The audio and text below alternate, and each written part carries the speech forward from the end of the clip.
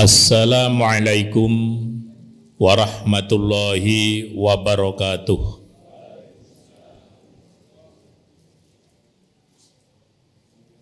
Alhamdulillahilladzi asra bi'abdihi laylam minal masjidil harami ilal masjidil aqsal ladzi baraksna haulahu linuriyahu min ayatina innahu huwas sami'ul basir. Asyhadu an la ilaha illallah wahdahu la syarikalah wa ashhadu anna Muhammadan abduhu wa rasuluh. Allahumma salli ala Muhammadin wa ala alihi wa ashabihi wa mawalah, amma ba'd. Bapak-bapak, ibu-ibu, adik-adik, jamaah sholat maghrib Masjid Jenderal Sudirman yang insya Allah dirahmati Allah Subhanahu wa Ta'ala.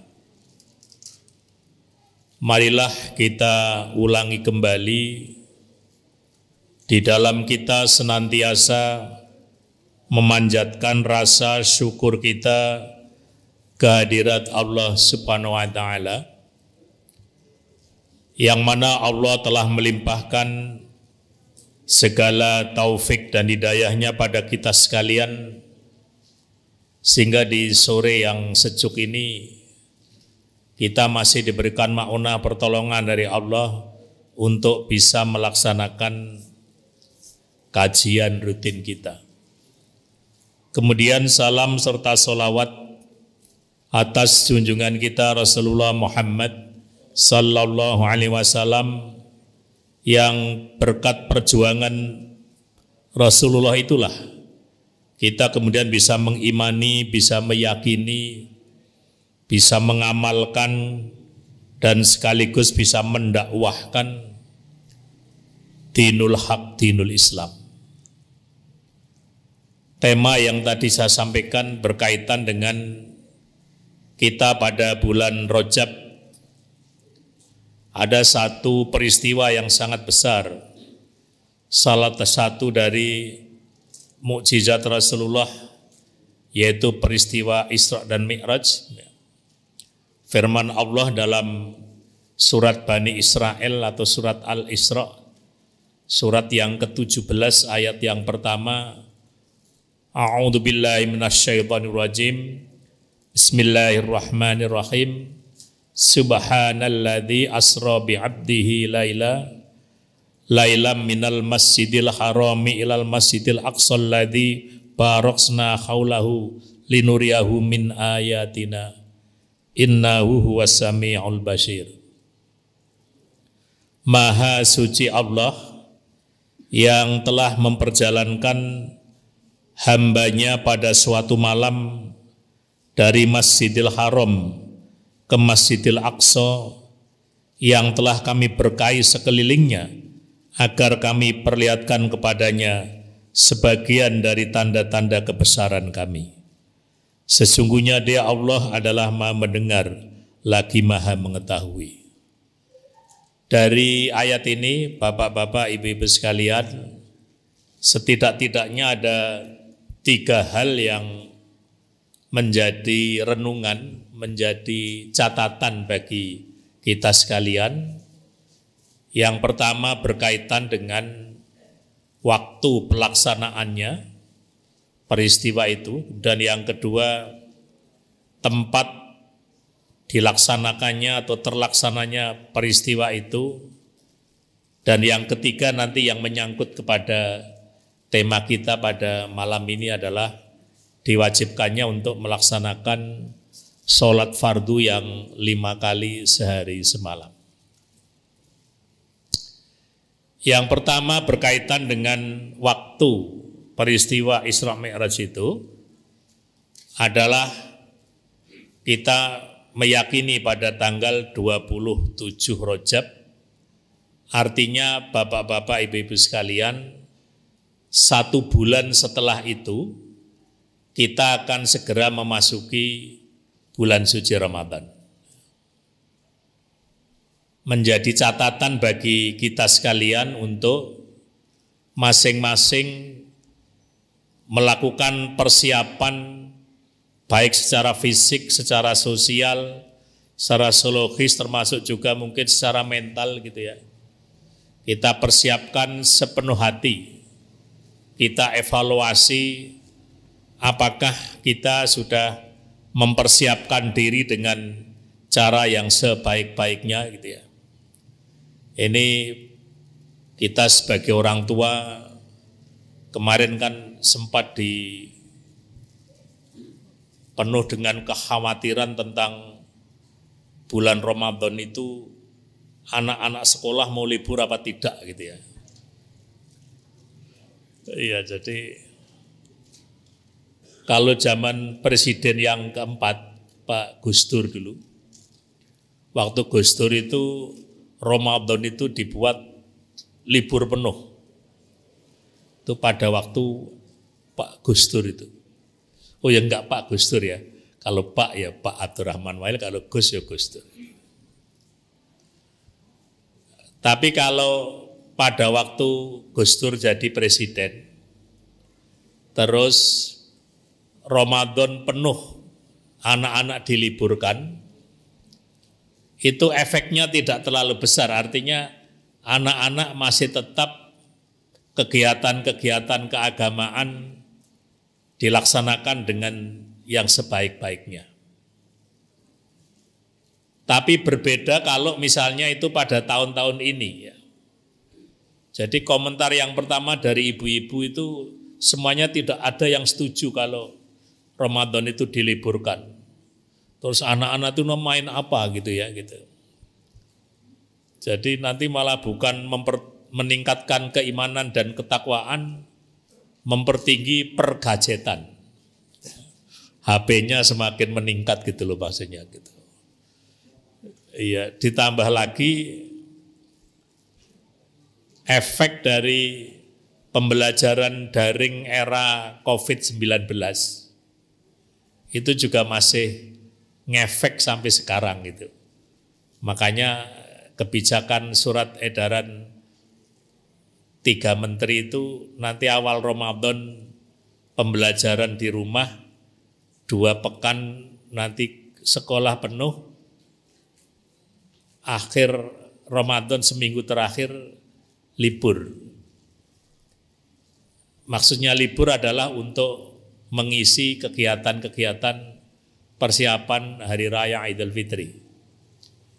Terus kemarin ketika saya ada wawancara di RRI, saya sampaikan ini supaya takmir masjid ini memanfaatkan betul anak-anak kita, khususnya yang sudah SLTA itu, supaya banyak melakukan kegiatan-kegiatan.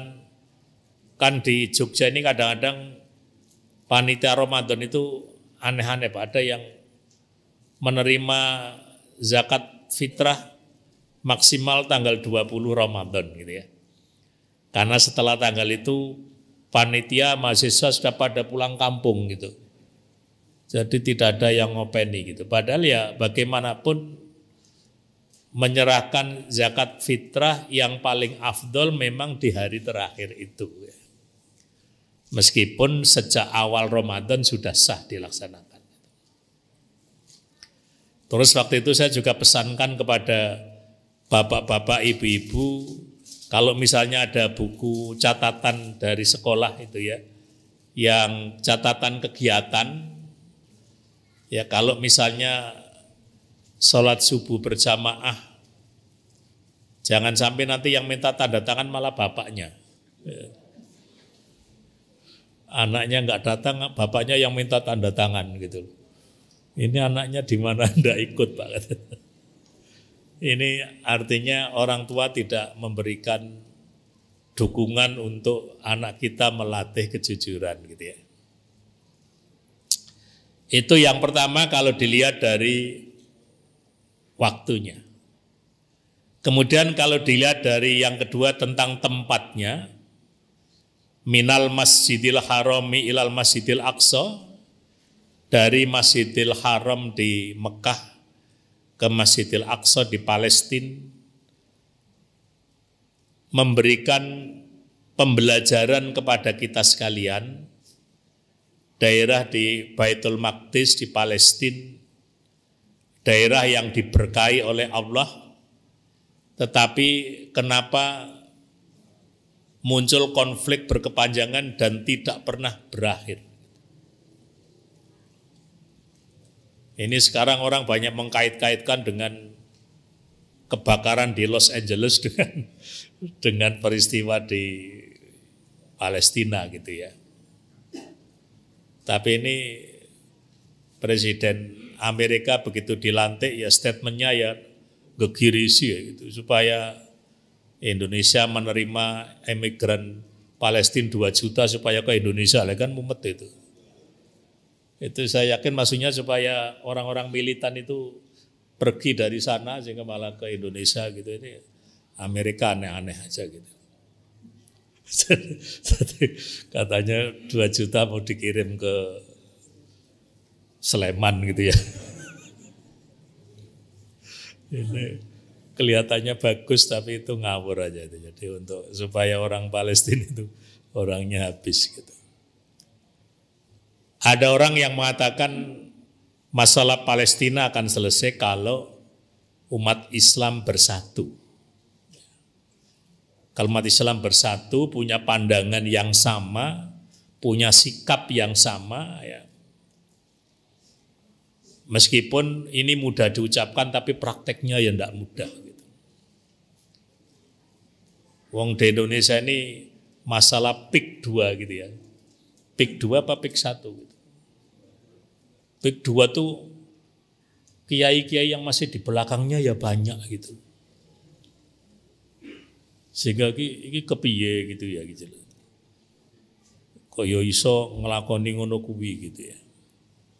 Itu baru mikro di Indonesia, apalagi secara makro dunia internasional dengan segenap kepentingannya. Adapun yang ketiga, Bapak-bapak, ibu-ibu sekalian, hikmah yang bisa kita ambil adalah tadi yang saya sampaikan, diperintahkannya umat Islam untuk melaksanakan sholat fardu sehari semalam 5 kali itu. Implementasinya orang yang sholatnya 5 hari sekali ada gitu ya. Jadi bukan 5 kali sehari tapi 5 hari sekali. Hanya dibalik saja tapi jumlahnya menjadi agak berkurang. Nah kalau kita lihat dalam surat At-Taubah ayat yang ke-103, itu sholat diartikan dengan secara kebahasaan itu artinya doa. Nah jadi kalau kita melaksanakan ibadah sholat, salah satu dari artinya adalah doa. Artinya kalau kita merasa meyakini bahwa sholat adalah kita berdoa kepada Allah, maka konsekuensinya kita harus menjalankannya dengan sepenuh hati. Ya. Nah sholat dengan sepenuh hati itulah yang kemudian muncul istilah sholat yang khusyuk itu. Sholat yang kemudian mengikut sertakan seluruh komponen pribadi kita. Gitu. Itulah yang disebut dengan sholat yang khusyuk. Sedangkan secara istilah, sholat adalah ibadah yang tersusun dari beberapa perkataan dan perbuatan yang dimulai dengan takbiratul ihram dan disudahi dengan salam dengan syarat dan rukun yang tertentu. Nah, ibu bapak sekalian, di dalam Al-Quran banyak diceritakan bahwa sholat itu adalah ibadah dari para nabi. Nabi Ibrahim juga diperintahkan untuk melaksanakan ibadah sholat. Nabi Musa juga diperintahkan untuk melaksanakan sholat. Nabi Isa dalam surat Maryam ayat yang ke-31 juga diperintahkan sholat. Demikian juga Nabi yang terakhir Rasulullah Muhammad SAW itu juga diperintahkan untuk melaksanakan ibadah sholat. Dan sholat memang memiliki kedudukan yang istimewa, memiliki kedudukan yang khusus bagi kita sebagai umat muslim ya. Yang pertama bahwa kedudukan sholat yang pertama bahwa sholat adalah rukun Islam yang kedua setelah syahadah. Jadi orang mengatakan mengucapkan 2 kalimat syahadat itu adalah pintu seseorang untuk masuk kepada agama Allah. Oleh karena itu, orang yang belum membaca 2 kalimat syahadat tidak diperintahkan untuk melaksanakan ibadah sholat itu. Kan sering orang ada yang bertanya, gimana apakah sholatnya orang yang tidak muslim, apakah diterima di sisi Allah gitu ya. Ya, kan kita kadang-kadang alasannya ya syukur diterima, tidak ya enggak apa-apa lah. Ini kan kalau dalam masalah fikih tidak boleh begitu. Terus yang kedua, Rasulullah menyampaikan as-sholatu imaduddin, bahwa sholat adalah sebagai tiangnya agama. Artinya ibu-ibu, bapak sekalian, yang namanya tiang penyangga, berbahagialah kita di Masjid Jenderal Sudirman ini masih ada tiangnya gitu ya. Sehingga menjelaskan bahwa sholat adalah tiangnya agama itu menjadi mudah karena ada tiang-tiang. Sekarang masjid-masjid kan nggak punya tiang lagi gitu. Sehingga membayangkan tiang itu yang seperti apa gitu. Kalau Bapak Ibu yang pernah ke Masjid Nabawi, itu malah masing-masing tiang itu nanti ada seorang ustadz yang duduk di situ, kemudian begitu selesai sholat berkerumun mereka belajar ilmu agama. Jadi di satu tiang. Nah jadi yang dimaksud sebagai tiang agama adalah yang menjadi penguat ya. Oleh karena itu bagi orang Islam yang tidak melaksanakan ibadah sholat dikatakan sebagai orang yang telah meruntuhkan agamanya. Gitu. Terus yang berikutnya, ibu bapak sekalian, penjelasan yang berikutnya bahwa ibadah sholat adalah kewajiban yang paling awal diturunkan sebelum ada kewajiban-kewajiban yang lain. Sebagaimana kita ketahui sekalian, Bapak Ibu sekalian, bahwa perintah melaksanakan sholat fardu, yaitu peristiwa Isra Mi'raj itu kira-kira ya setahun sebelum melaksanakan hijrah ke Yasrib, ke Madinah itu. Sementara kewajiban-kewajiban yang lain semuanya adalah turun diperintahkan ketika periode Madaniyah. Misalnya perintah sholat perintah puasa itu pada tahun kedua Hijriah. Termasuk juga perintah diperbolehkan perang itu juga sama pada tahun kedua Hijriah yang kita kenal dengan perang Badar itu ya. Tapi khusus ibadah sholat adalah diperintahkan ketika masih periode Makkiyah. Setahun sebelum Rasulullah hijrah ke Madinah itu. Kemudian sebagaimana yang tadi disampaikan, ibadah sholat adalah merupakan suatu kewajiban yang universal yang telah diwajibkan kepada umat-umat sebelum umat yang terakhir ini. Tadi sudah saya sampaikan.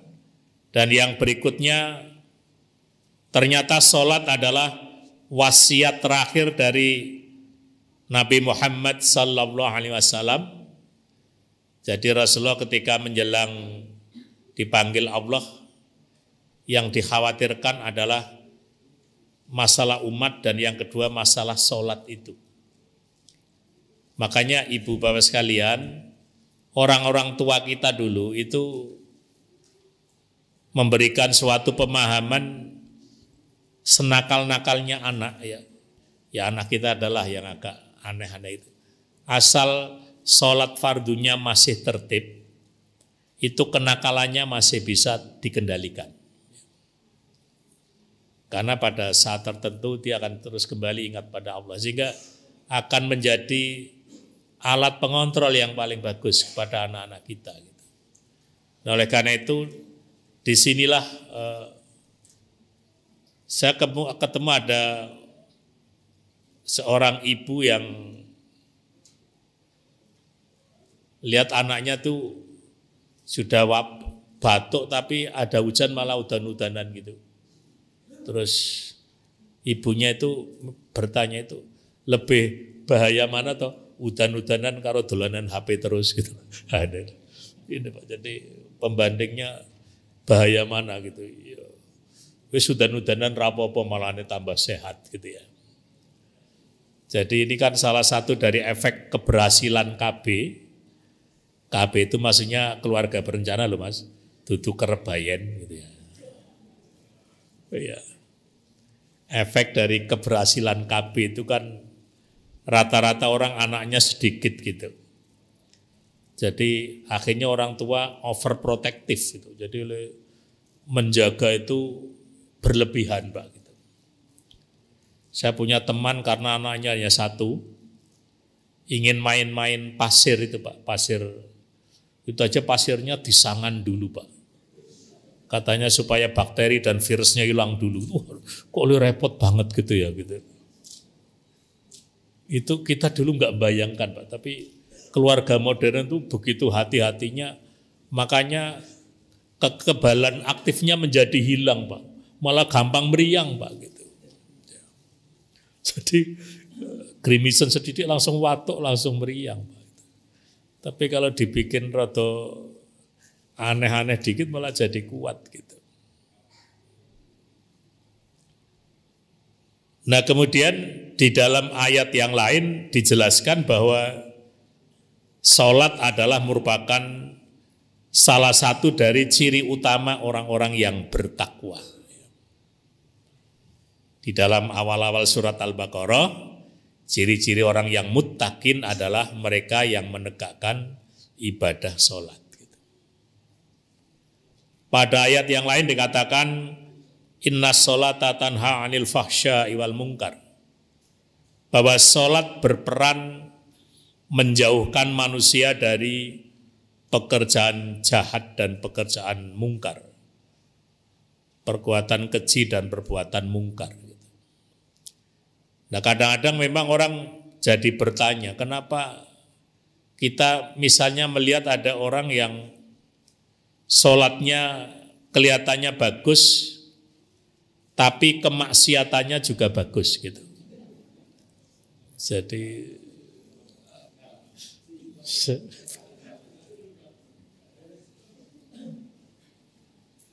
dulu bapak-bapak yang seumur saya itu pernah nonton film judulnya Catatan Si Boy gitu ya.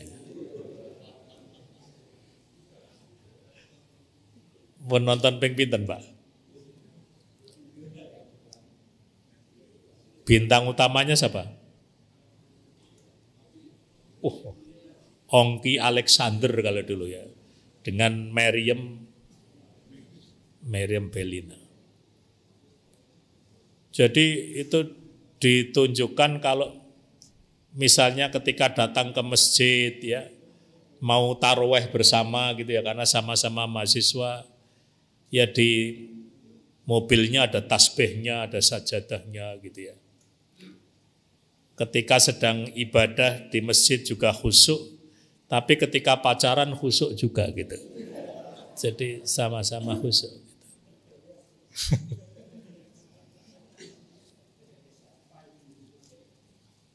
Itu dalam bahasa psikologi mengalami yang namanya split personality. kepribadian yang pecah gitu Pak. Nah, jadi ini dan yang berikutnya dikatakan bahwa sholat adalah merupakan ciri atau dari orang-orang yang bahagia. Jadi kalau misalnya dengan yang seperti itu, maka bisa diartikan bapak-bapak, ibu-ibu sekalian, orang yang tidak melaksanakan ibadah sholat, kalau menurut pemahaman ini adalah orang-orang yang tidak bahagia. Dalam awal-awal surat Al-Mu'minun, orang yang tidak melaksanakan sholat adalah orang-orang yang tidak bahagia. Nah, kemudian bapak-bapak, ibu-ibu sekalian, yang sering menjadi pertanyaan adalah sebenarnya waktu untuk kita melaksanakan ibadah sholat itu waktunya kapan? Ya kalau waktunya ya sebagaimana Bapak Ibu bisa melihat di jadwal itu, tapi memang ada keutamaan, artinya bahwa sholat di awal waktu itu adalah merupakan suatu keutamaan.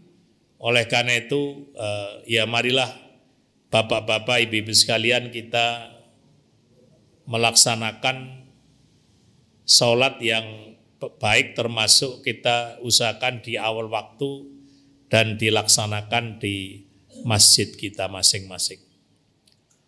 Nah, yang berikutnya syarat-syarat untuk melaksanakan sholat. Ya. Tadi yang pertama berkaitan dengan sudah masuk waktu sholat, gitu ya. Ini kadang-kadang kita ini masalah waktu menyepelekan, Pak. Belum masuk meskipun tinggal 3 menit ya tetap belum masuk gitu. Kadang-kadang kita dengan alasan mau pergi jauh terus dijokke sithik gitu. Ya tetap tidak boleh, Pak. Sudah masuk waktu sholat, kemudian yang kedua suci dari hadas, baik hadas besar maupun hadas kecil ya, suci badan dan pakaian kita. Kemudian nah ini yang penting menutup aurat itu. Ya. Terus menghadap kiblat. Sekarang alhamdulillah Kementerian Agama ini sangat berhati-hati berkaitan dengan arah kiblat kita, gitu ya. Kalau dulu kan orang sholat tuh sing penting lah marep ngulon, Pak. Ngiras pantes jadi tempatnya jadi luas gitu. Padahal kalau geser dikit kita tidak menghadap ke Masjidil Haram tapi menghadap ke Moskow loh, Pak gitu. Jadi bisa juga sholat kita menghadap Moskow gitu karena rada miring sithik gitu.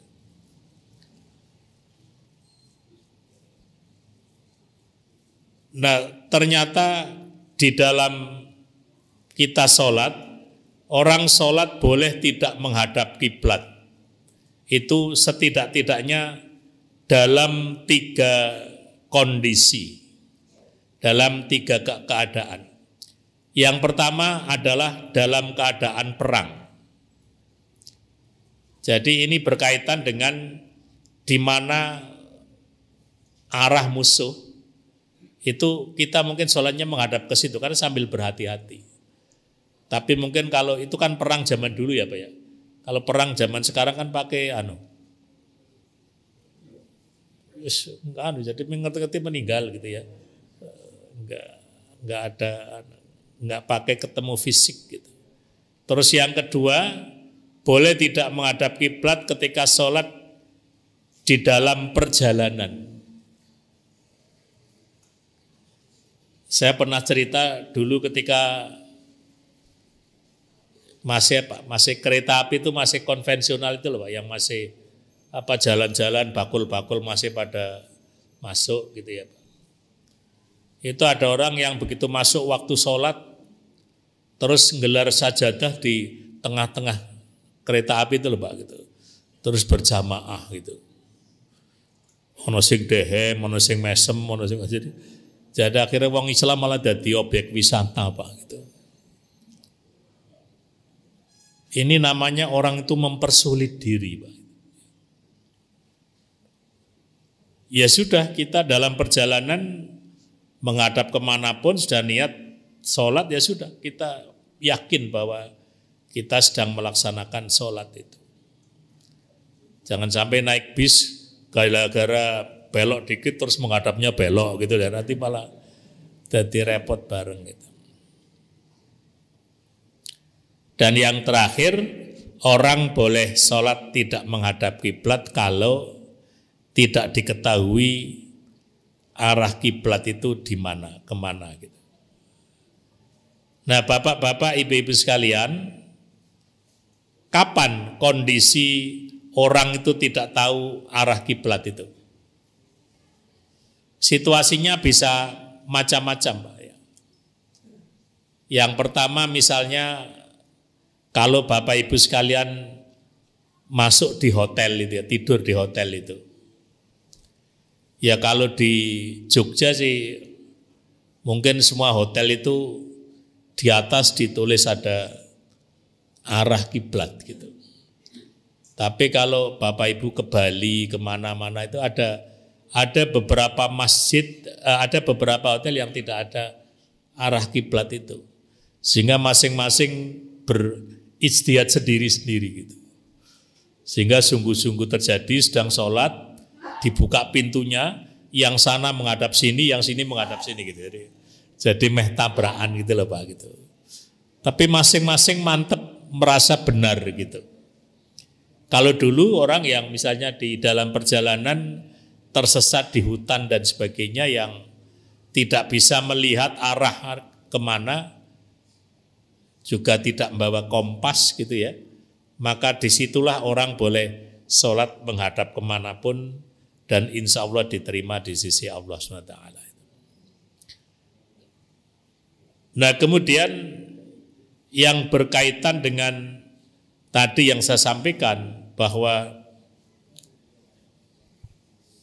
Allah di dalam surat Al-Baqarah ayat yang ke-43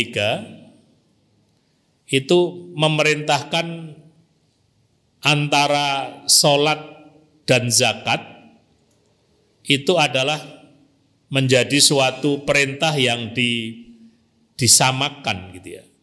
Dan dirikanlah sholat dan tunaikanlah zakat. Dan kebaikan apa saja yang kamu usahakan bagi dirimu, tentu kamu akan mendapatkan pahala dari sisi Allah. Dan sesungguhnya Allah melihat apa-apa yang kamu kerjakan. Ini surat Al-Baqarah ayat yang ke-110. Jadi sholat dihubungkan dengan zakat itu artinya apa? Artinya dihubungkan dengan kekayaan seseorang. Oleh karena itu, bapak-bapak, ibu-ibu sekalian, di sini ada rumusan bahwa orang yang sholatnya khusyuk, insya Allah dia akan mendapatkan pertolongan dari Allah sehingga akan menjadi orang yang kaya. Dan kalau misalnya kita tidak dikaruniakan Allah dengan kekayaan, maka perintah yang berikutnya adalah kita diperintahkan untuk dalam Al-Baqarah yang ke-45 itu, jadikanlah sabar dan sholat sebagai penolongmu dan sesungguhnya yang demikian itu adalah sesuatu yang berat kecuali bagi orang-orang yang khusyuk ya. Jadi kalau kita lihat bahwa ketika kita menghadapi berbagai macam persoalan-persoalan kehidupan, apa solusi yang bisa kita lakukan, yang bisa kita miliki untuk menghadapi masalah itu, kita diperintahkan untuk menjadikan sholat dan sabar sebagai penolong dari segala macam kehidupan permasalahan itu. Makanya ibu bapak sekalian, yang terakhir yang saya sampaikan,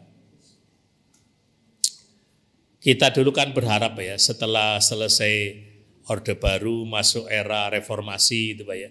Kita berharap era reformasi orang Islam memiliki peran yang besar gitu. Ternyata masuk era reformasi terpinggirkan juga. Terus sekarang pasca reformasi, era Mulyonoisme gitu ya.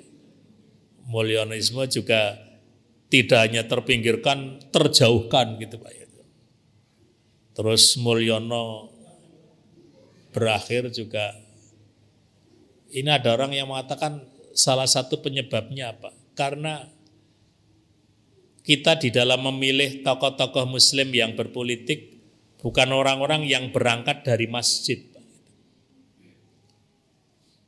Ya, jadi kita sekarang sedang mulai berpikir merumuskan bagaimana kita politik umat Islam kembali kepada apa yang diajarkan oleh Rasulullah dulu, menjadikan masjid sebagai sumber inspirasi, sumber kegiatan-kegiatan ya.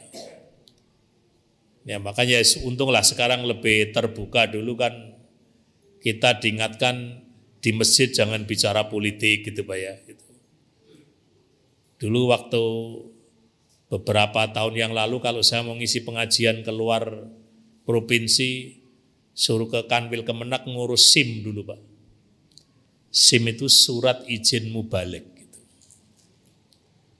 Harus ada surat keterangan bahwa nanti ketika membuat surat itu nanti dipeseni. Jangan menjelaskan ini, jangan sampai gini, jangan menjelaskan Islam es krim dan lain-lain gitu. Es krim apa ekstrim gitu lah. Gitu. Ya. Tapi itu sekarang sudah berubah. Tetapi sekali lagi bahwa kita perlu mengevaluasi bagaimana supaya politik nasional ke depan itu ada peran yang signifikan dari Bapak Ibu yang aktif di masjid sehingga nanti memang arah politiknya adalah politik yang Islami gitu, yang bisa memperjuangkan kepentingan-kepentingan umat Muslim ya. Jangan hanya senantiasa dikalahkan dan dikalahkan gitu. Ya, kita yang sering diceritakan kita negara yang sangat kaya, punya tambang yang banyak gitu ya. Tapi tambangnya sudah diambil oleh orang lain. Kita hanya tanggal 17 Agustus ikut lomba tarik tambang. Ya, hanya itu yang kita miliki Pak gitu ya. Geret-geretan tambang karena tambang nikel dan lain-lain itu sudah diambil oleh orang lain. Inilah bapak-bapak, ibu-ibu sekalian yang dapat saya sampaikan pada malam ini. Mudah-mudahan bermanfaat. Terima kasih. Saya kembalikan kepada saudara moderator. Kita akhiri dengan doa kafaratul majelis.